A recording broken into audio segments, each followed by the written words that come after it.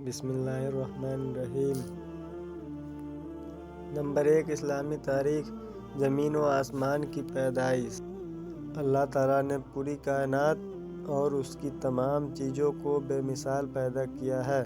قرآن کریم میں زمین و آسمان کی پیدائش کا تذکرہ کئی جگہ آیا ہے اور بعض جگہ صرافت کے ساتھ مذکور ہے کہ کس کو کتنے دنوں میں پیدا کیا ہے۔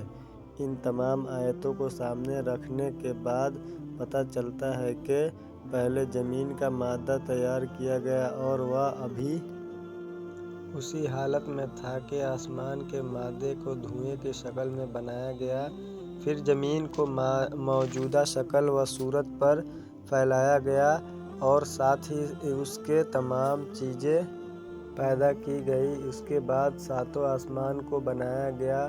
اس طرح زمین و آسمان اور ان کے درمیان کی چیزیں وجود میں آئیں۔ یہ سارا کام کل 6 دنوں میں مکمل ہو گیا۔ خود اللہ تعالیٰ قرآن پاک میں فرماتا ہے، ہم نے ہی زمین و آسمان اور ان کے درمیان کی چیزوں کو 6 دن میں پیدا کیا اور ہمیں ان کی پیدائش میں تھکان کا کوئی احساس نہ ہوا۔ نمبر 2، حضور صلی اللہ علیہ وسلم کا معجزہ، ستاروں کا جھک جانا۔ حضرت عثمان بن عفان رضی اللہ عنہ کی والدہ فرماتی ہیں کہ میں آپ صلی اللہ علیہ وسلم کی ولادت کے وقت حاضر تھیں۔ جب آپ صلی اللہ علیہ وسلم پیدا ہوئے تو میں نے دیکھا کہ سارا گھر نور سے بھر گیا، ستارے قریب آ گئے اور لٹک آئے تھے، یہاں تک کہ مجھے گمان ہونے لگا کہ اب یہ مجھ پر گر پڑیں گے۔ نمبر 3، ایک فرض کے بارے میں، نماز کے لیے پاکی حاصل کرنا۔ قرآن میں اللہ تعالیٰ فرماتے ہیں، اے ایمان والو، جب تم نماز پڑھنے کا ارادہ کرو، اگر تم باوضو نہ ہو تو وضو کرنے کے لیے اپنے چہروں کو دھو اور اپنے ہاتھوں کو کہنیوں سمیت دھو اور اپنے سروں پر بھیگا ہاتھ پھیرو اور اپنے پیروں کو بھی ٹخنوں سمیت دھو، اور اگر تم جنابت کی حالت میں ہو تو نماز سے پہلے سارا بدن پاک کر لو۔ نمبر 4، ایک سنت کے بارے میں، دعا کرنا ایک عبادت ہے۔ قرآن میں اللہ تعالیٰ فرماتا ہے، مجھ سے دعا مانگا کرو، میں تمہاری دعا قبول کروں گا، اور رسول اللہ صلی اللہ علیہ وسلم نے فرمایا، دعا ہی عبادت ہے۔ نمبر 5، ایک گناہ کے بارے میں، سود کھانا۔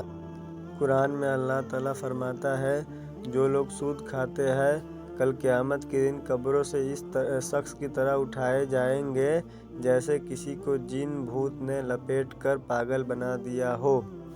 نمبر 6، دنیا کے بارے میں، دنیا پر راضی ہونا۔ قرآن میں اللہ تعالیٰ فرماتے ہیں، کیا تم لوگ آخرت کی زندگی کے مقابلے میں دنیا کی زندگی پر راضی ہو گئے؟ دنیا کا مال و متاع تو آخرت کے مقابلے میں کچھ بھی نہیں، اس لیے کسی انسان کے لیے مناسب نہیں کہ وہ آخرت کو بھول کر زندگی گزارنے یا دنیا کے تھوڑے سے ساز و سامان کے خاطر اپنی آخرت کو برباد کرے۔ نمبر 7، آخرت کے بارے میں، مردوں کی حالت۔ رسول اللہ صلی اللہ علیہ وسلم نے فرمایا، جب مردہ کو لوگ اٹھا کر چلتے ہیں تو اگر وہ نیک ہوتا ہے تو وہ کہتا ہے کہ مجھے جلدی آگے بڑھاؤ، اور اگر وہ برا ہوتا ہے تو وہ کہتا ہے، ارے میری ہلاکت آئی، تم کہاں لے جا رہے ہو؟ اس کی آواز کو جن و انسان کے سوا اللہ تعالیٰ کی تمام مخلوق سنتی ہے۔ اگر اس کی آواز انسان سن لے تو بے ہوش ہو جائے۔ نمبر 8، نبی صلی اللہ علیہ وسلم کی نصیحت۔ رسول اللہ صلی اللہ علیہ وسلم نے فرمایا، لوگوں کو دین سکھاؤ اور خوشخبریاں سناؤ اور دشواریاں پیدا نہ کرو، اور جب تم میں سے کسی کو غصہ آئے تو اسے چاہیے کہ خاموشی اختیار کرے۔